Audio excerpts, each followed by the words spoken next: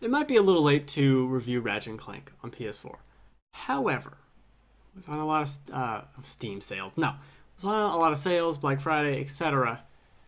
So I thought I'd give it a shot. Now, my history with Ratchet Clank is basically that I played the PS3 version of the game and thought it was fine. And that was it. I don't think I beat it. I played it for several hours though.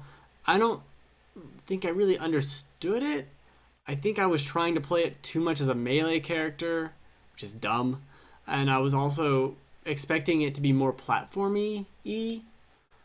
And this game is a little more platformy than that PS3 version. And I know this is a remake of the first one, but I've never played that game. I don't know how much is new, how much is different, how much is the same. Who knows? Not me. That being said, the game is incredible. Like, I did buy this on a whim. I'm not a big Ratchet and Clank guy. Like, I don't care. This game is so good.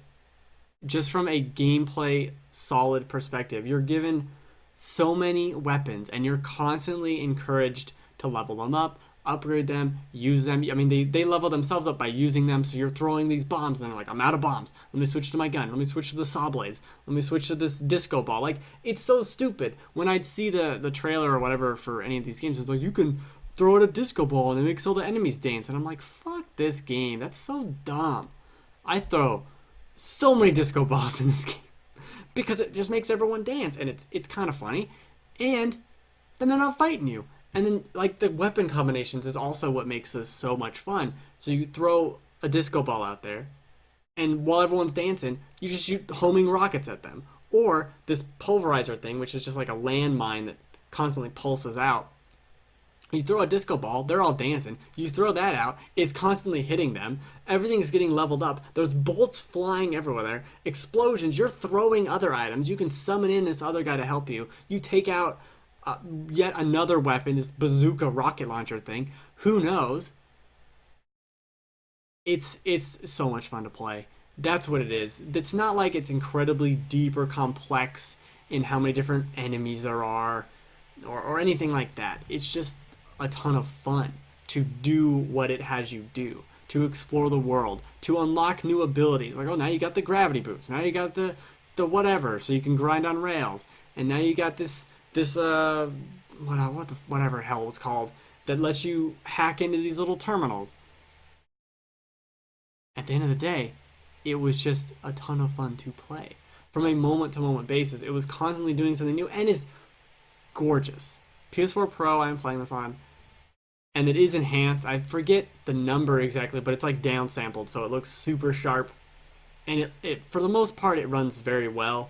At certain moments, it kind of, when 16 things are blowing up and there's bolts flying everywhere, you can kind of hear it slow down a little bit, and the PS4 fan turn on to crazy degrees. But it's hard to even describe. It's just fun to blow things up and to do everything in the gameplay. And then it has where you're running on rails. There's a train sequence that's like almost proto Uncharted 2. I'm sure there are other train sequences in games, but that's what I'm gonna call it. You're finding secrets. You're finding these little trading cards, and I fucking love trading cards.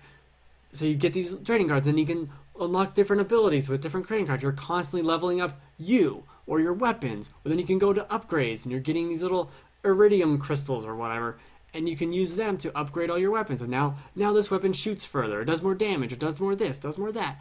For every single weapon, there's this constant skill tree for everything. Everything's leveling up, doing all sorts of stuff. It's that constant feedback loop.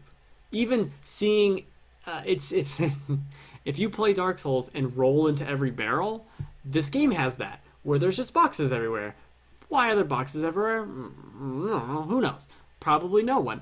But they're here for me to whack with my wrench and get just a shit ton of bolts everywhere, all over the place. And you use the bolts to upgrade your weapon, to buy new weapons. And then once you beat the game, you get a challenge mode, which just makes things more difficult, and a bolt multiplier, and there's just new weapons to unlock, things to level up. what else is there? I don't think the story is that amazing. I think there were actually some people. What was it? They're talking about the game being really funny. I don't think it's that funny at all. A lot of the jokes feel very like, huh, that's not a compliment. That's not a compliment to the joke where I'm like, oh, huh, that was, you did a joke there. That's not great. Not that they were bad, but it was just kind of like, okay, I don't care necessarily about your joke. It's not like I wanted a highbrow Frasier joke, and it's not even like a low CGI kids movie joke. It's just like, all right, I guess that's a joke. Like, I don't know who that was for. I don't know who this game is for, more specifically, because I imagine there's not a lot of kids that are into Ratchet and Clank. I know they made the movie, which didn't do very well and wasn't very good by everything you hear about it. But this game is great in spite of its story, which is like cute in how archaic it is and feels at certain times. I'm like, yeah, you can tell this is, they added some things on and changed a lot of stuff, and it just kind of like, here's a robot to look and see its computer. Oh, okay, we're gonna do that with every single planet we go on. You're gonna be rescuing this computer from someone, and it's gonna give you your next mission through a weird storyboard. All right, that's fine. That's fine. Because who cares? It's all about exploring these planets, each one as different as the last, and filled with things to find and explore, and gorgeous. I mean, snowy vistas, weird lava lake, weird lake. Actually, there's a couple of watery places. But that's all I can really say about it. It's so much fun to play.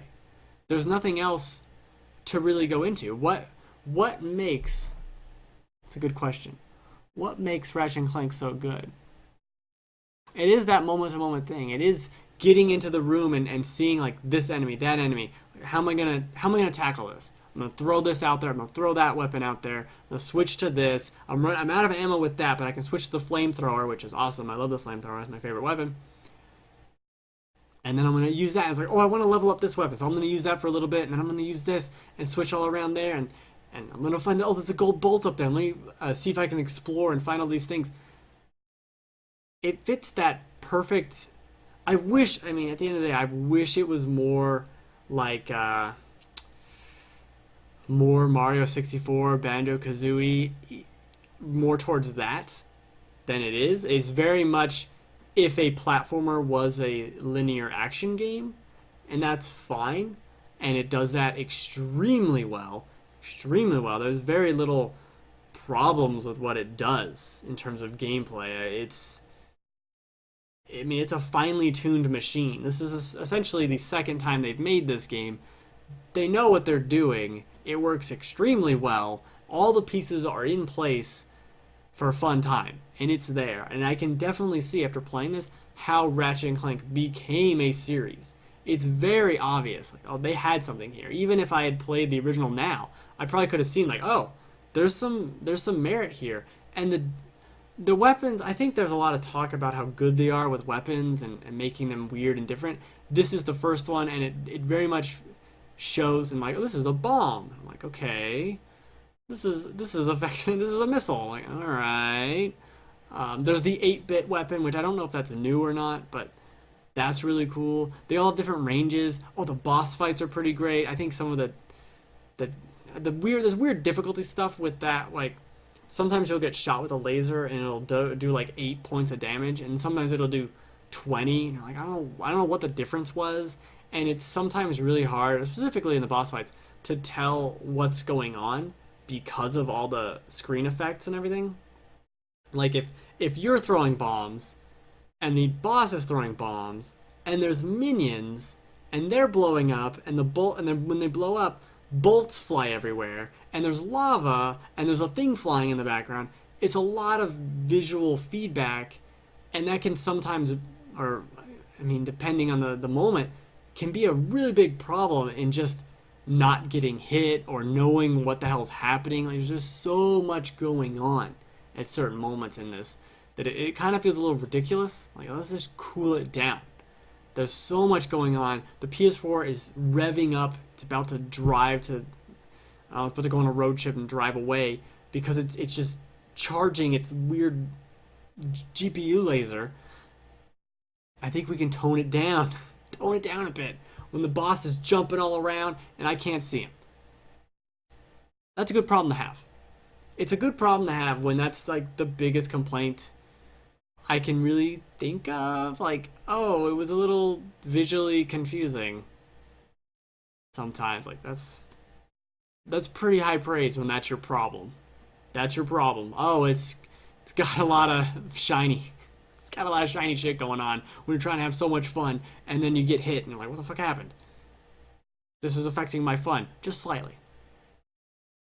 But it's great. It's super great. I liked it way more than I thought I would. This is the level up upgrade thing for what is it? The flamethrower? Oh, the pyrocider or whatever. I don't care. You know what? The fusion grenade is a bomb. The combustor is a gun. And the pyro, who cares? It's a flamethrower. That's all they are. That's all they are. And you keep playing, and you keep winning, and you get out there, and you have fun. I don't know why I'm doing this with my hand. I don't know. I don't know anything works. Is that a thorough review? I don't think so. But I do know it's really good.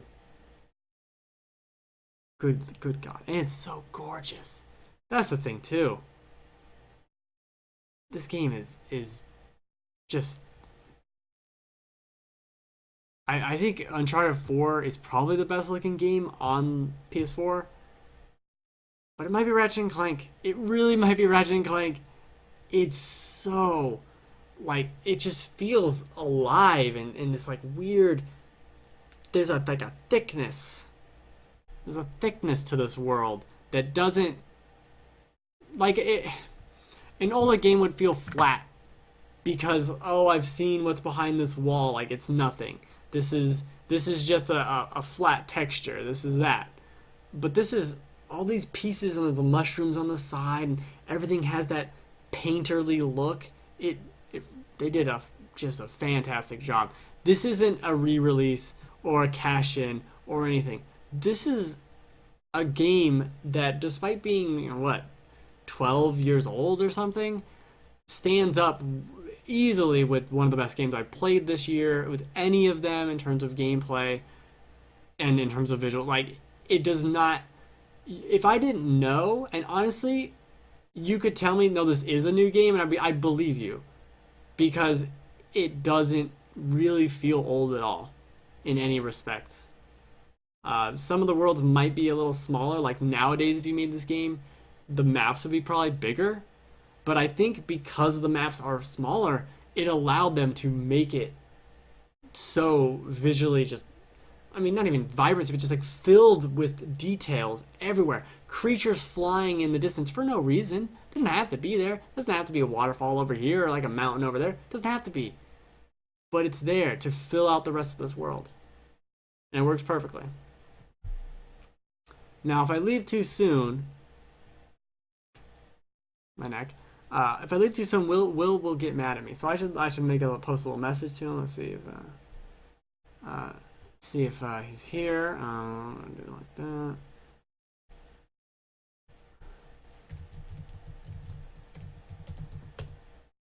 See what happens. Because I can only talk about Ratchet and Clank so often. And I certainly didn't talk about Gravity Rush 2 very long.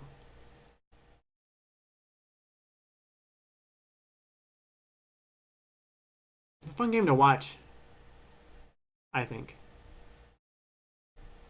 I got burnt by my ship. It's not nice. Why did the ship burn me? I don't know if it comes across very well of the visuals in this game. I don't know, but it looks great. There are a few things I could talk about, but I'd like Will to be here. Otherwise, he'll get all mad at me. Yeah, you have 30 seconds now.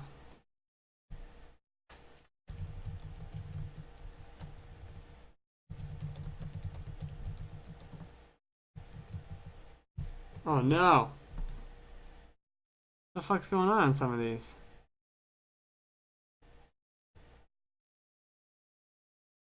Let's just go back to here.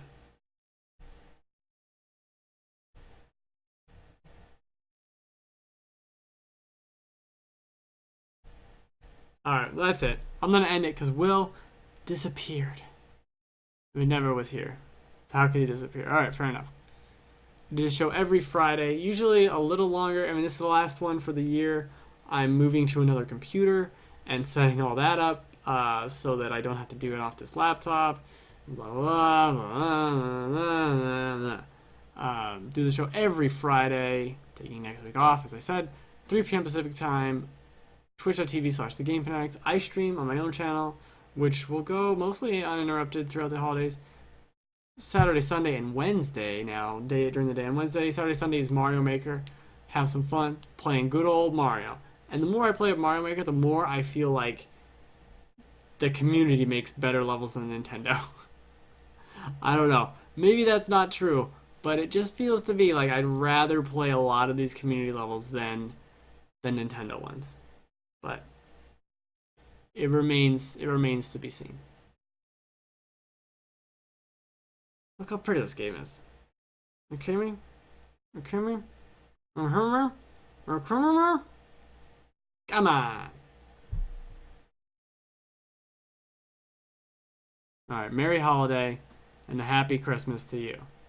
Oh, this is the part where I jumped off the cliff for no reason. Oh, God.